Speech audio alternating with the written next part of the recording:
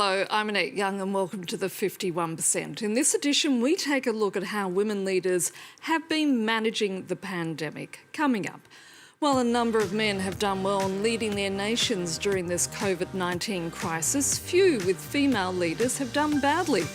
We'll be talking to Margaret Heffernan, an entrepreneur and author, about whether women are more likely to be made of the right stuff when it comes to managing pandemics.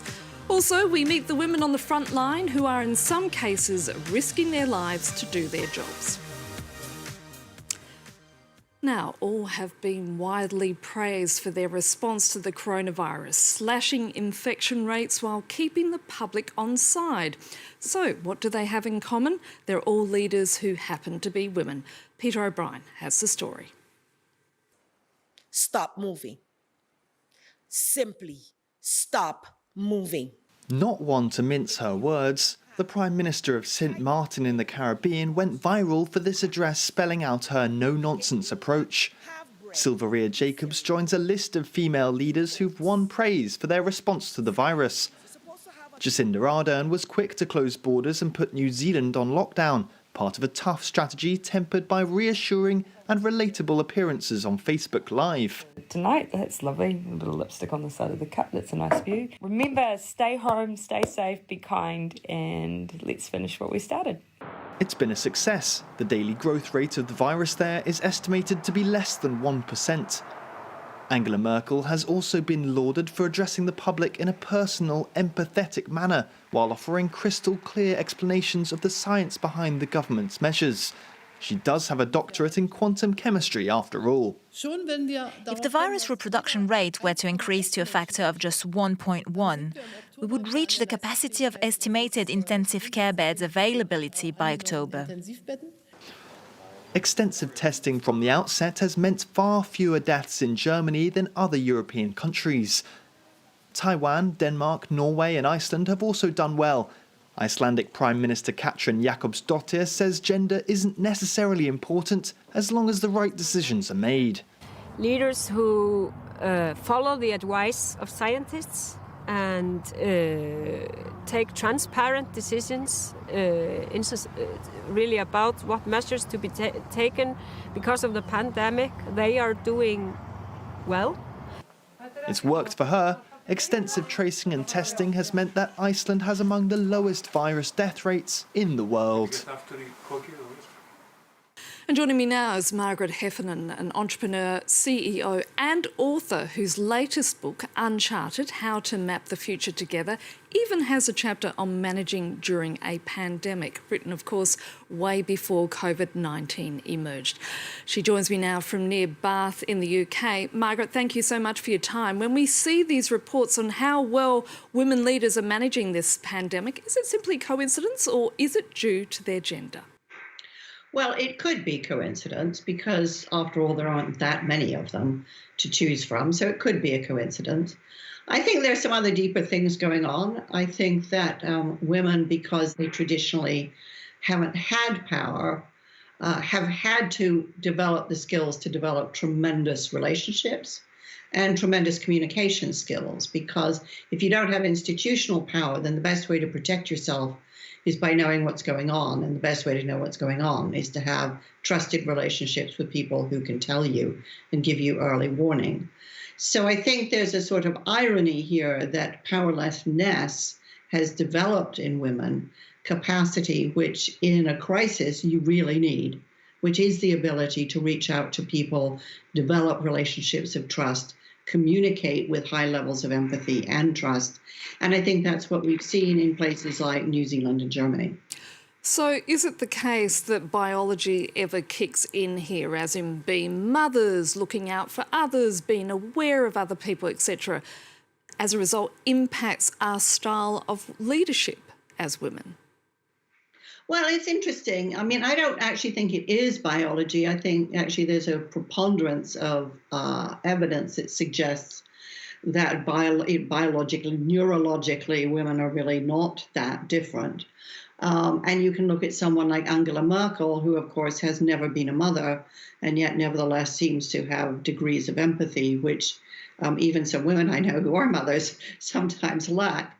So I think it's quite a complicated mixture of life experience, of circumstances, of the particular kinds of support that they have in terms of their own governments, their own political parties, and their electorate. And of course, each country's pandemic is slightly different. So it is very difficult to draw gross conclusions from these very, very unique examples. I think what it certainly does show, at a time when certain people are going around talking about the need for strong leadership, which is code for male leadership, that actually male leadership is not what makes the difference. What makes the difference is empathy, the ability to communicate, and the ability to collaborate with others whose expertise may be greater than your own. Given what you're just saying, are women more likely to be able to manage in times of uncertainty? Well, I think women are by nature tremendous improvisers.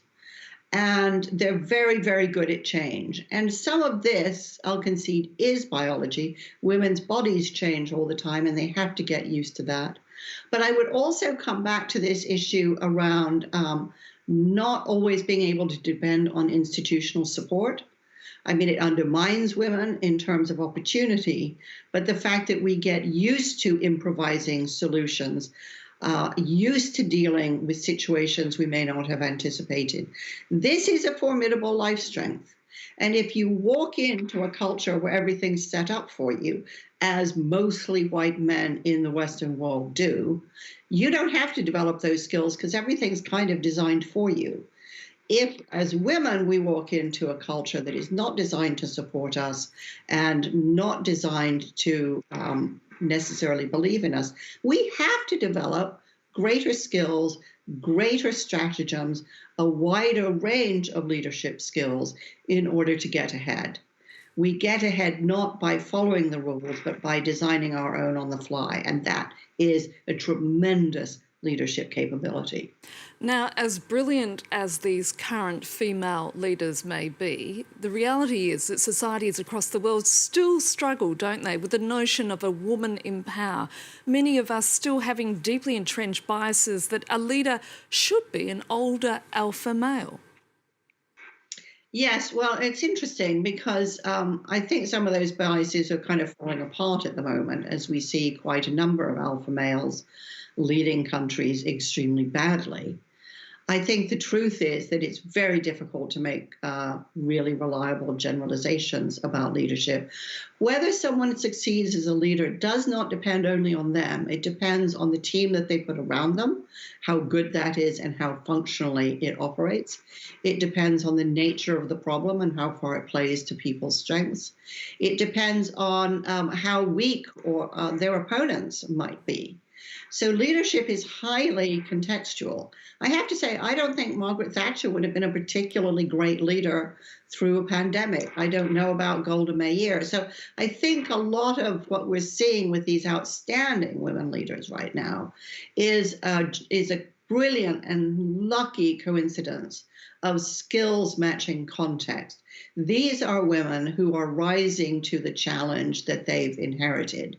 And the people who live in their countries are exceptionally lucky. Margaret, it's been great speaking to you. Thank you so much. Thank you.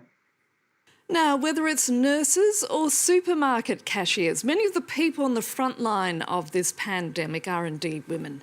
Inez Oligare and Nicholas Rushworth take a look at how some of our everyday heroines are managing. Laureline is a community nurse. She drives around from patient to patient, seeing up to 50 people per day.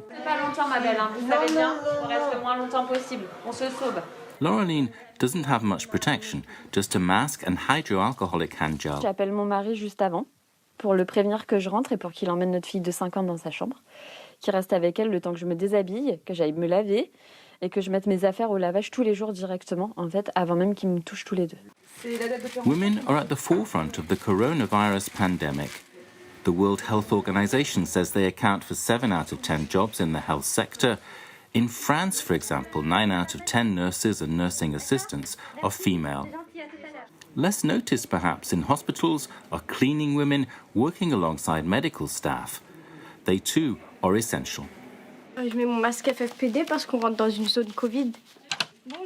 Julie disinfects the main areas used by the public and also the rooms of the sick. Je me sens utile parce que j'aide le bien-être des patients. J'y suis pour quelque chose. Si je nettoie pas leur chambre, qui le fera? Women are also working on the Covid-19 front line outside the medical field. In companies, for example, as cleaners keeping workspaces safe for staff.